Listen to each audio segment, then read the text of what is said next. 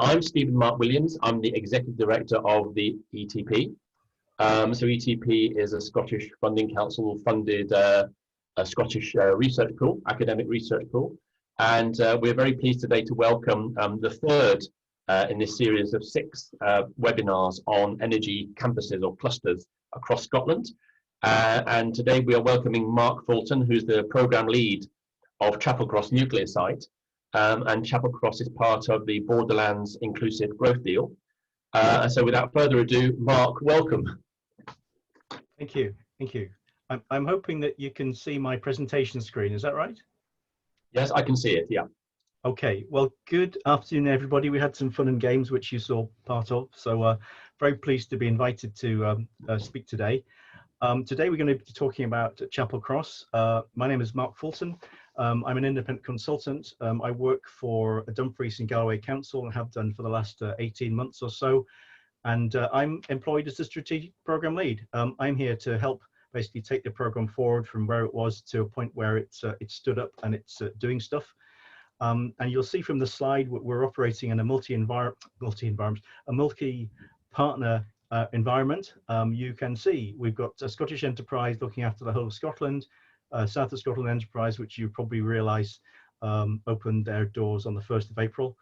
Dumfries and Galloway Council, who I work for, Borderlands, who you'll hear about shortly, but in essence, it's the region which is made up the 2 regions in Scotland, north of the English border, and the counties and cities south of the border. Then we've got the NDA, who basically own the nuclear fleet and are accountable for decommissioning the fleet and bringing the land back into socioeconomic use, and Magnox, who are their contractor. So without further ado, the agenda for today is centered on developing an innovation and delivery hub by 2030. In essence, what we're going to do in the first 30 minutes is to raise the flag for Chapelcross, talk about what it is, vision and strategy, challenges, activities and plans, and then hand over in the next half an hour, hopefully for you to be able to kick the tires, talk about maybe common aims, collaboration areas. And the ultimate aim of this, from my perspective, and raising the flag, is hopefully to do some more engagement with you good people, because basically we need your help. So the way that the presentation structured is, we've got these sort of divider slides going along with the content in there.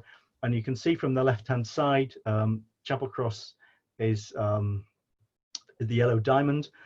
Underneath it, you'll see there's a link to a website. The slide pack is populated, or peppered, I should say, with any number of links to documents which are on the website. So I'd encourage, if you want to use those links, is to go to the website. You'll see this presentation will be stored within the program information, and you'll be able to use the links and obviously everything else that's on there. So what we're going to talk about is the site, the Borderlands partnership, the growth deal. We're going to talk about what we're doing in terms of the business case and moving it forward, and specifically the program objectives. You'll see on the right hand side, we've got a little diagram which brings together basically the key components of what we're going to talk about today. So what I'd like to do is actually start with a bird's eye view video of the site and the land that's owned by the NDA. And I'm hoping this is going to work. Just bear with me a second.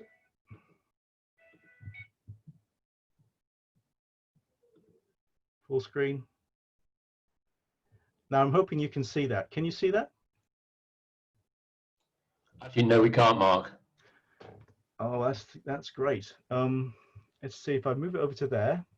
Can you see that? Yes, we can. Okay, well, let's see what happens when I press that button, which is full screen, and then I press that button, which is start.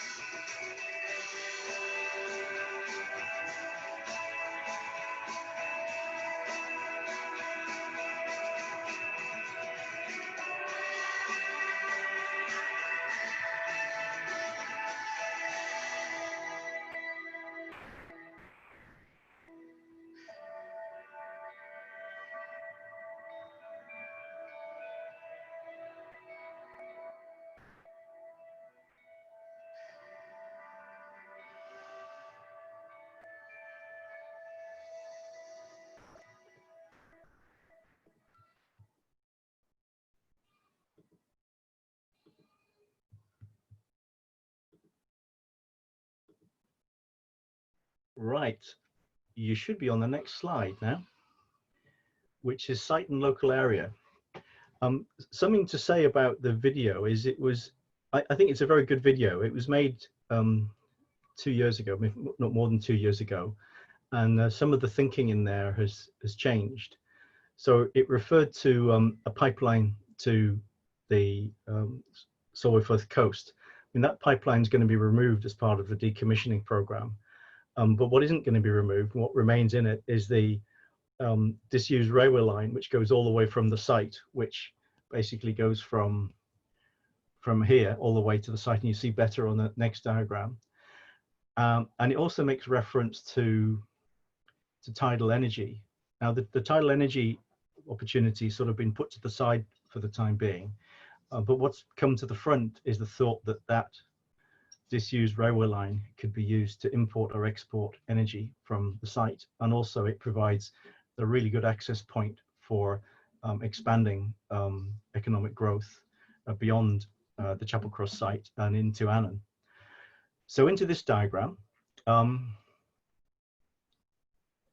you can see the red line. I mean, the red line basically draws out the land that's owned by the NDA.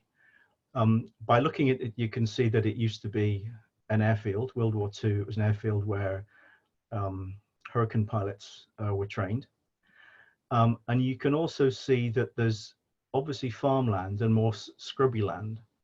So when this refers to licensed and unlicensed, I mean, the licensed is the scrubby land and the farmland is the unlicensed site. It's 210 hectares owned by the NDA. Magnox are their contractor who are accountable for the decommissioning program, which currently the date goes on to 2095, which is an awful long time, but the decommissioning program provides a lot of really good opportunities. The site features include possibility of a water abstraction license. You can see here an existing substation, and you will have seen that there were power lines on the video. It's close to the M6 corridor, which is over here. This point here is where the highway that we're hoping to get funding for will connect to, so that will create a really good connection to the M6 corridor.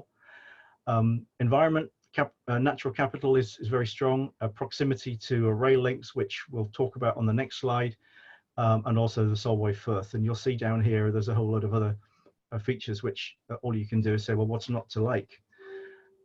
So moving on to the next slide. This is under the heading of land availability. Now, currently there is at least 60 hectares of land available. So this little inset plays to that 60 hectares, which basically is this bit, and this bit. And what we're expecting is that more than 160 hectares will be available over the next 10 years. And the balance will be released up to 2095 or thereabouts. So to look at this diagram, you remember that I talked about the disused railway line. So this is the disused railway line. And this corner of the site is this little thing here. So that's the disused railway line all the way down to the Solway Firth. So just to mark its progress, the first thing you do is you come across the A75. Now, if you're not familiar with the geography, the A75 is the road that goes from the M6 corridor at Gretna over to Stranraer, which is on the coast. And then this settlement here is Annan. And you get a little bit further south, you've got this line here, which is a railway line, which goes from the West Coast main line, and it goes across to Dumfries and Galloway and all places west.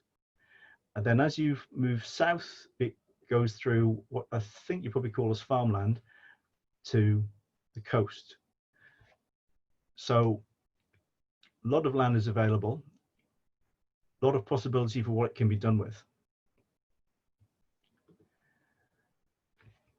Talking about Borderlands, Borderlands is a collaboration between the 5 regional partners. As you can see, we've got Scottish Borders, Dumfries and Galloway with a little red dot for roundabout where the Chapelcross site is, Northumberland, Carlisle and Cumbria. And I mean, you can see the numbers that are on the screen.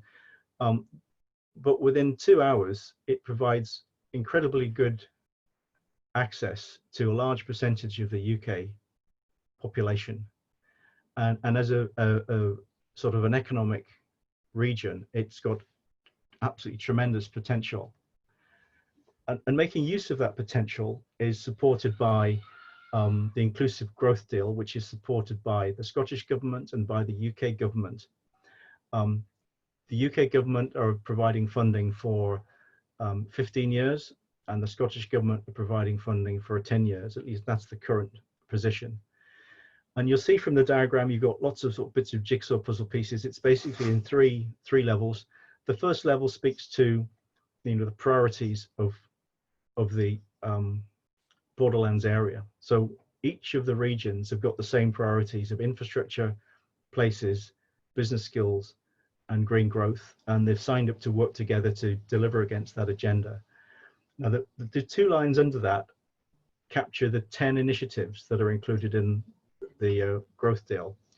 So you've got the geographical initiatives: Borders Rail, Carlisle, Chapelcross, Mountain Bike, Berwick-on-Tweed. You can see Chapelcross has got a sort of red mark around it. And then you've got the initiatives that go across the whole Borderlands area. So you've got Digital Energy Master Plan, Quality of Place, Destination Borderlands, Rural Innovation Skills, Business Infrastructure Program. Now, if you want to find out more about that, you can go to the Borderlands website. The link was on the previous page. And the reason why I've put a red mark around the energy investment company is that it plays to producing an energy blueprint across the whole Borderlands area, which is can be very strongly linked with Chapelcross and what we're trying to do there. So this slide, which, forgive me if you're being a bit busy, but it brings together sort of the last 18 months on a single slide. Over on the left-hand side is sort of where I started. And when I started, it was a case of Borderlands, UK Government and Scottish Government were kicking the tires on the proposal for Chapelcross as it was, to work out whether or not it should stay within the growth deal. So what we did was we used that as an opportunity to do a review of what we did in the past, what was good, what we needed to change, to look outside of the box and work out what we needed to bring inside the box. And we came up with some proposals, which we captured it in what we're calling the Chapelcross Route Map.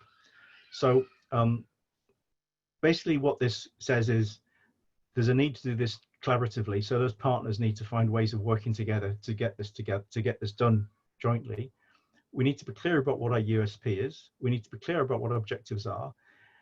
This section here is about the site. So it's saying, well, we know what the growth deal opportunity is. It's 10 to 15 years, but the site decommissioning is over a long period to 2095, and the site becomes available in big chunks. And so our approach in terms of the route map is saying, okay,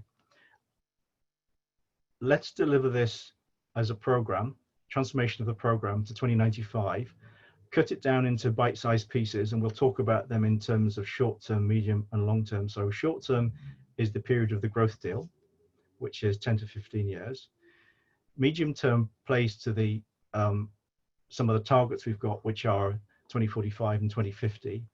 And longer term is beyond that time, but includes 2095 and beyond.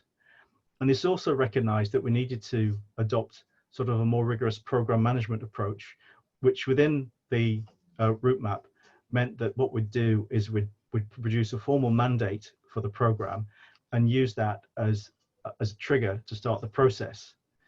So the next block here is talking about, okay, this is what we've agreed to do. We've agreed to run a program for the council to lead the program. There are links here to papers and things which you can read, and to develop a business case which targets using a relatively modest amount of funding to unlock the site and deliver the first stage, and support to delivering the first stage of the program, which is the short term objectives. To date, we've done I think the collaborative working between the partners and the co-production of the SOBC has been a really good news story. We've managed to produce some really good numbers in terms of cost benefit, in terms of jobs, in terms of GVA, but also we've got a very strong proposal with regard to contribution towards the objectives, and also we've managed to capture something like 1.4 billion of support for capital projects through the letters of support, which we'll talk about later. And you'll see that this refers to 4 high-level objectives. That's the next slide, so we'll talk about those in a minute.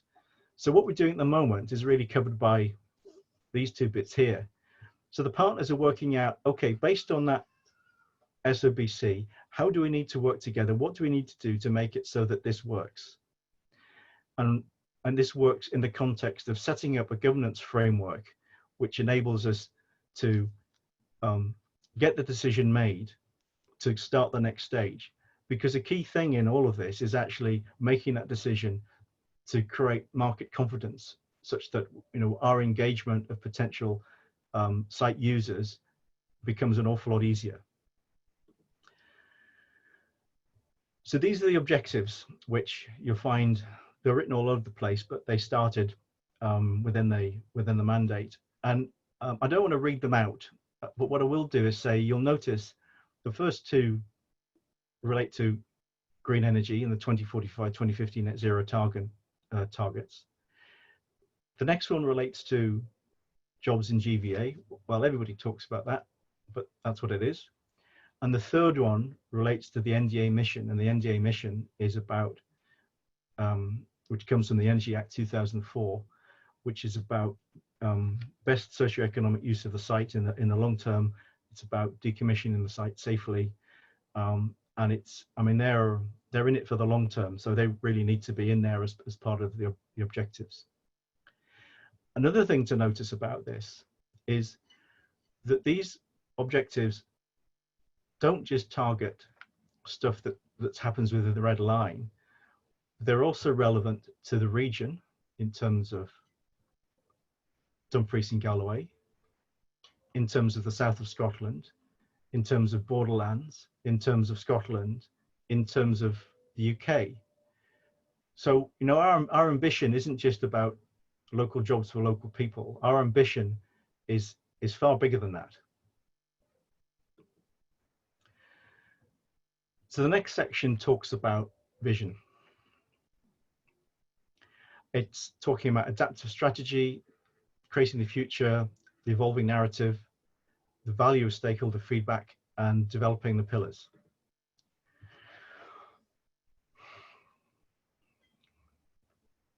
We're operating in a very busy policy space, and there's an awful lot going on. So a key part of what we're doing is to try to understand what the strategy is, what the policies are, what the gaps are, how our USP fits into that, in order that we can knit together the strands of policy in support of a resilient, engaging, bankable vision. So this section is about vision, and what we're recognizing is the vision actually is going to evolve with time.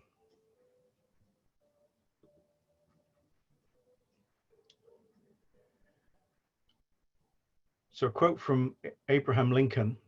The narrative behind this is that historically some great stuff's been done in the Dumfries and Galloway area. Got a really good track record in farming, in terms of sheep and cows and what have you. A really good track record in terms of timber and the timber technology, and it's also got a really broad experience in green energy with wind farms and what have you. What we recognized was that we need our vision to be anchored in the future and to learn from the past.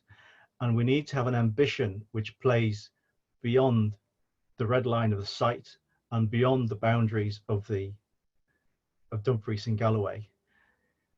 And that's a key part of our thinking. And the reason this link is in here is the next slide we were talking about webinars. In fact, I'll go to the next slide and just refer to that link. We recognized that we needed to talk to some new stakeholders in order to help us develop the thinking. And initially what we thought we'd do is we'd run webinars, we'd run workshops in London and also in Glasgow in order to face the Scottish money and face the UK money, but also to face the Scottish stakeholders and to face UK stakeholders, different ones, different ideas. And the way we set this up was we created a briefing pack, which you can get to this link in order to give people pre-briefing before the meeting, and invited people. We had about 30 people, I think, at this one, or probably the same at this one. And they turned up, and we're really pleased that our Director for Economy and Resources, Lorna Meehan, was good enough to write some words in the front of the briefing pack and actually present an introduction on the day and stay with us for the whole day. So that sort of helped raise the tone of the whole session. But when we did that when we did that workshop, what we realized was we needed to have some further conversations on specific areas. And we came up with the idea of targeting 3 areas. One was energy and transport, one was utilities, one was economic growth. And what this did was it allowed us to engage with a new mix of people and come up with some new ideas. And we finished it all with a final webinar. Should have been a workshop, but a webinar, which our chief executive, Gavin Stevenson, was kind enough to do an introduction to. So what he did was he recorded a 7-minute, one-take talk to camera about his vision for Chapelcross. Now I'd urge you to have a look at that, because there's a man who's really committed and knows what he wants, and there's the man that's going to provide the leadership that this program needs. So you can see links to the outputs from these particular webinars. This is what came out of the first session, and you can see words at the top, pie. Size of the words is to do with how popular the theme was. Energy, hydrogen, hub of sorts, vertical farming, and you carry over to here, you can see big percentage of green energy. So if you do all the way around there, that's energy, transport, data, digital, agriculture, innovation, R&D, waste, heat, skills and learning, forestry, timber, and other, which carries an awful lot of things. This really helped us to do the mining, if you like, at the next at all of these sessions. And what we did was we came up with 5 pillars to help us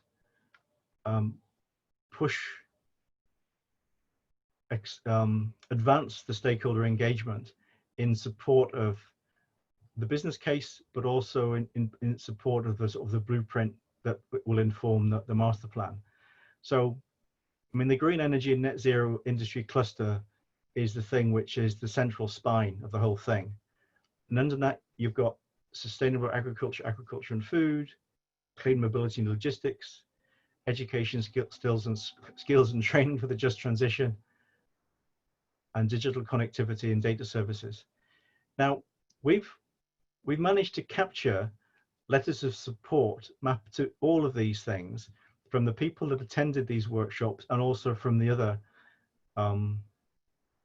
stakeholders that we've talked to and we're still talking to.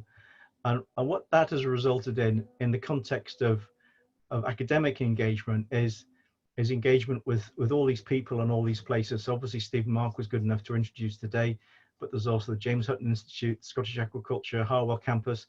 We had a really good set of discussions with the Harwell Campus. They're very interested in working out how they can help us. And they're at the front end of an awful lot of the things that we're doing. So very keen to see how we can make that one work. Strathclyde, skills development interface, and just Joanna Campbell. I spoke to her just 2 days ago, I think it was. And this is basically guidance note on how to write a letter of support. So if there are people out there who would like to, as a result of this, to write as a letter of support, then that's a bit of guidance, but that's something we can talk through. The challenge, it's about optimizing benefits. It's about lining up the ducks because change is hard. It's about engaging change champions. It's about the journey and manageable steps, and it's about changing thinking. So this slide is plays to, remember the title of this webinar includes the 10 years thing. Well, what we're looking to do is make sure we get best bang for our buck in terms of all the things we want to get out of spending the money. So the current business case assumes that the benefits come after the creation of the infrastructure. So that's additional jobs, additional GVA, and other benefits. But what if we look at option B, which is triggered by making a decision that says, well, actually, we don't need to wait for the road to be finished to start working on the benefits. And we can accelerate the road to make that period as longer. We can optimize the beneficial use of the site in advance of the road, target early benefits realization for all of the pillars, and target a longer benefits realization for all of the pillars.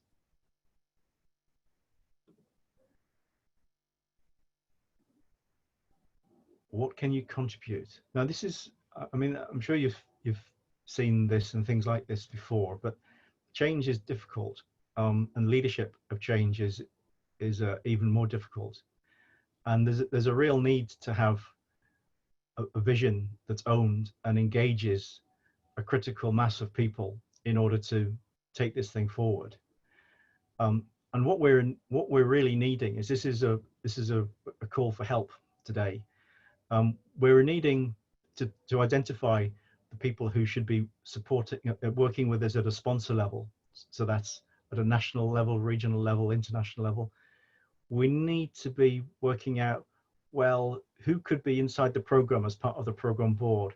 Who should be part of one of the projects? Who should be part of the work streams? So this is about, who can we involve? And the link at the bottom is an example of a document that was done by Scottish Borders for Border Rail, which was their way of working with Alex Salmon to line up the sponsors, to get sponsor commitment, to get Border Rail done. Now, I've got a feeling there's others of the same thing, that type of a document would be quite helpful to make it clear about who's actually supporting us. New thinking. Albert Einstein's quote, doing the same thing over and over again, expecting different results. Well, I mean, the takeaway here is that what we're trying to do is we're trying to get new thinking by talking to a new range of stakeholders. I mean, but there's lots of other ways of looking at this, and maybe that's something we can talk about later on. Or into the penultimate section. Is this your plan? We're expecting the journey to be not straightforward, and so what we need to be doing is planning in a way whereby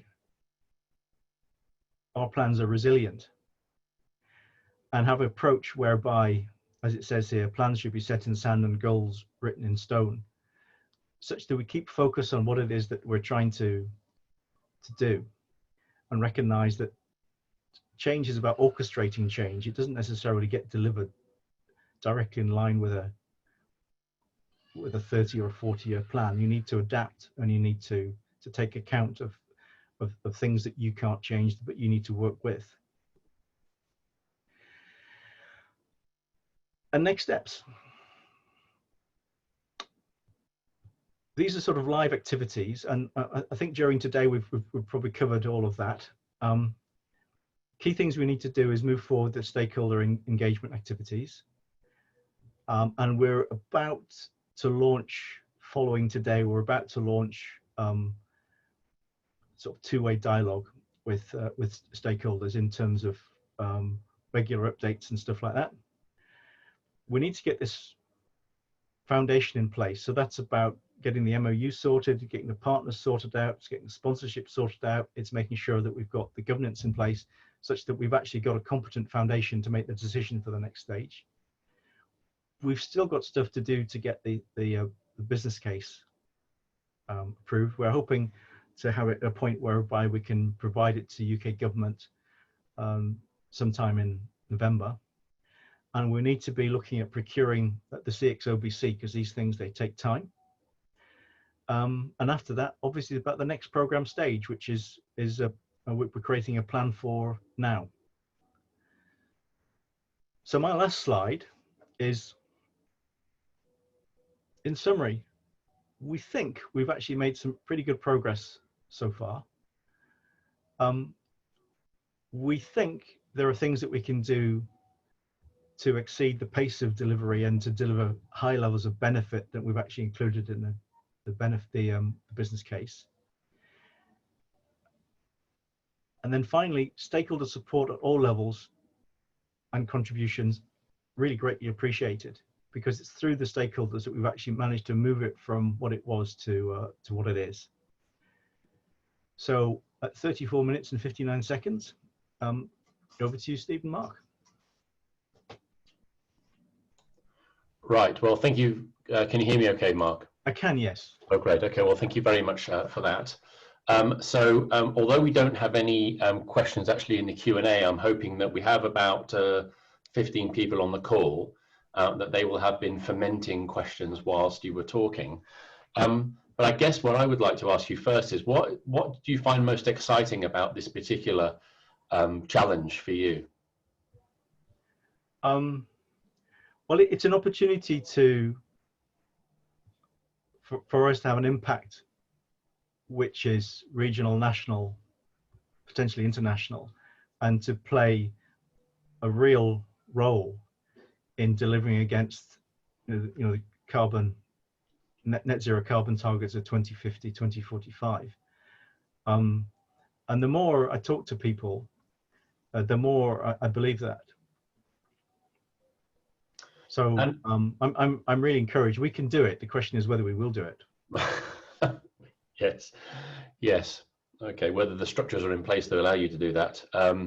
So in this webinar series, we have a series of 6 kind of similar-ish campuses or clusters. Have you actually discovered any in England at all? Because all the ones that we're talking about are kind of Scottish-based. Have you been involved with any similar? You mentioned Harwell, probably the closest one. Well, we've talked. I mean, I should have a list here, really, shouldn't I? I've been down to Oxfordshire and I've spoken to Harwell. I've met with them once and I've spoken to them several times. I mean, their energy tech cluster is the space where they believe there's a lot of synergy and they're keen to explore. We need to have a discussion with the people in Cumbria about what's happening at Moorside, et al, and all that sort of stuff, because they're within the Borderlands space.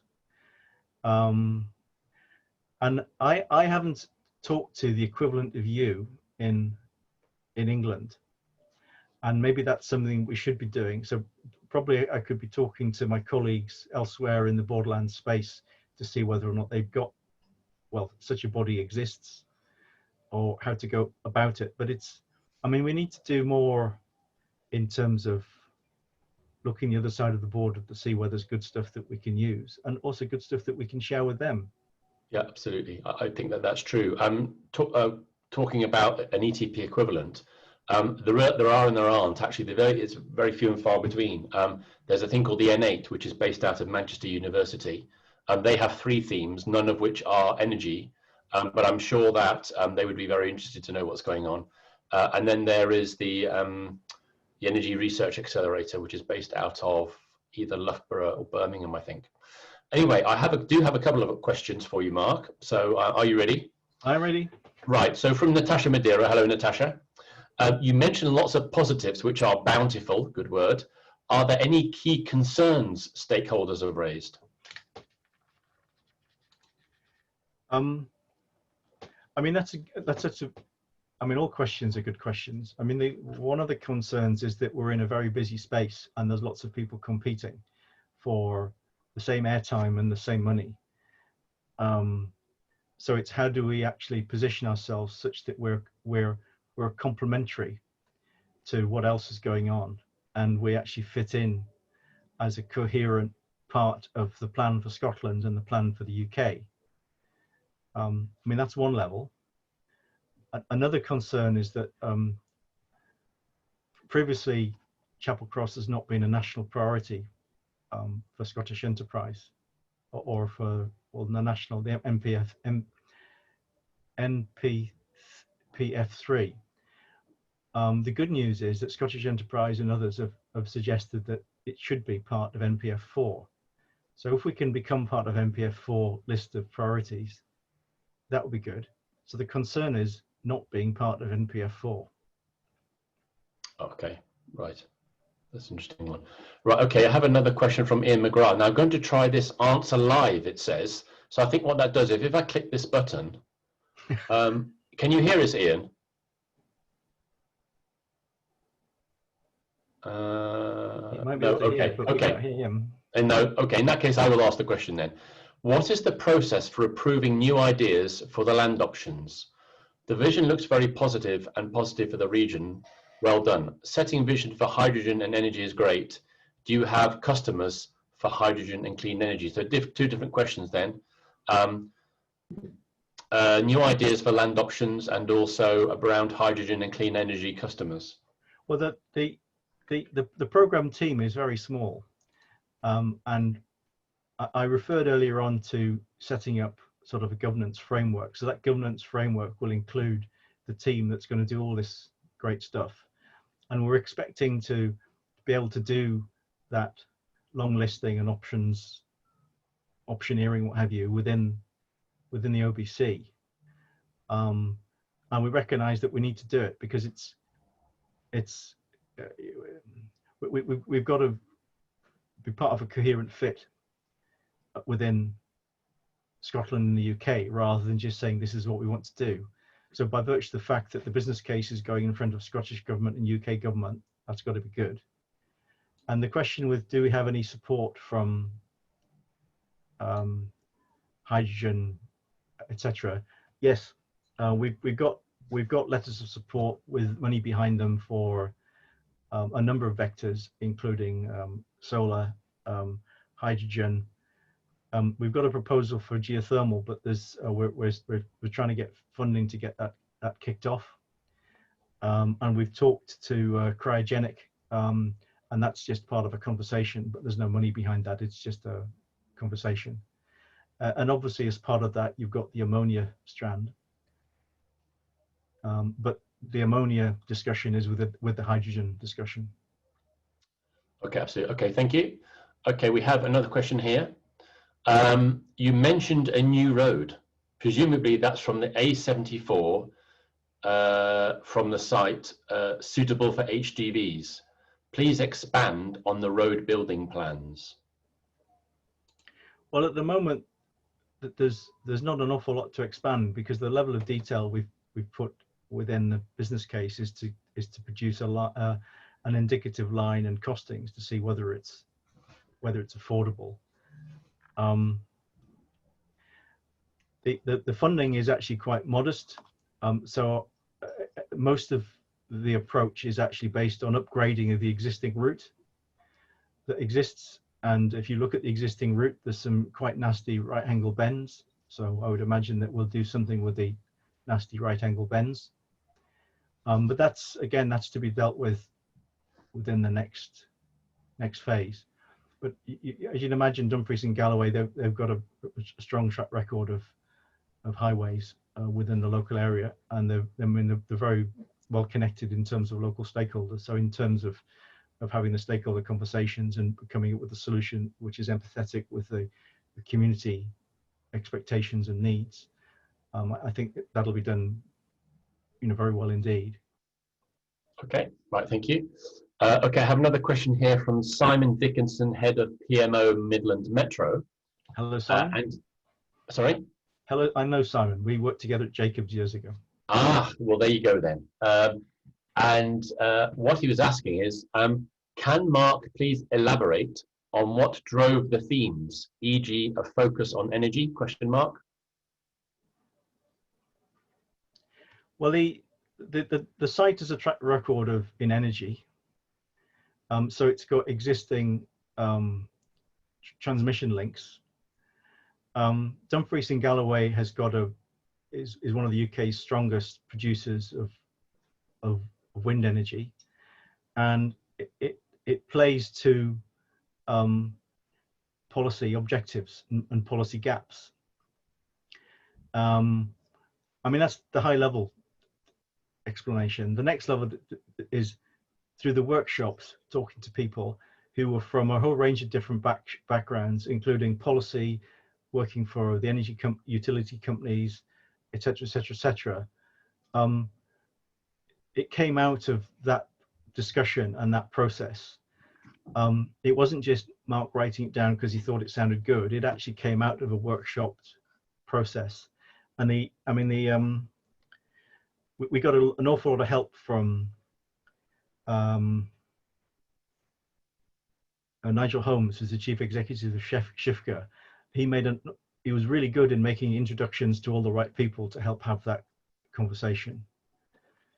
So Simon's question was, what were the drivers? Well, the drivers were to do with policy and the fact that there's a real gap in the space with regard to providing the green energy, and the fact that Dumfries and Galloway has got a track record of producing wind energy, and at the moment it's constrained quite heavily. So it's what you do with the energy you can't get to the network, and that's the answer to that is, well, why don't you store it?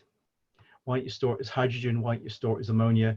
Why don't you use it to support local business at a special tariff rate? Okay, thank you for that. And there are many similarities to one of the future webinars, which is the NERD, the National Energy Research Demonstrator Centre, which will be based in Cumnock. The same issues and the same questions about how you store excess energy. Another question from Simon, who plows on, who says, how clean will the site be when partly decommissioned? This question relates to the desire for organisations wanting to locate there. I'm not equipped to answer that question. I mean, the NDA have got an understanding of the status of the site. I mean, it will be clean enough such that it can be developed in the context of how the developers want to develop it.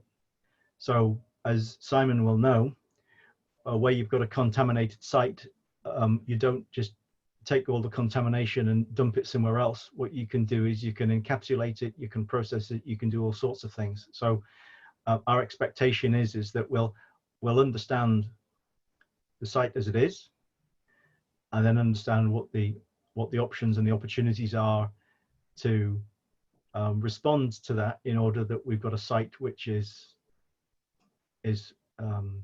usable for the users that want to be there. Okay, he goes on to say, I think it would help to sell this aspect to stakeholders. Okay, so another couple of questions, one from John Brown. Hi Mark, I am wondering about waste management during development, including water. Do you have any plans in place?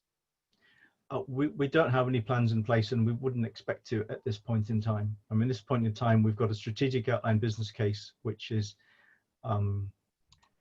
quite high level and quite principled, and we recognize that those are the things that we need to deal with. We also recognize that somebody's built a nuclear power station there a couple of years ago, and that someone's decommissioning a nuclear power station now.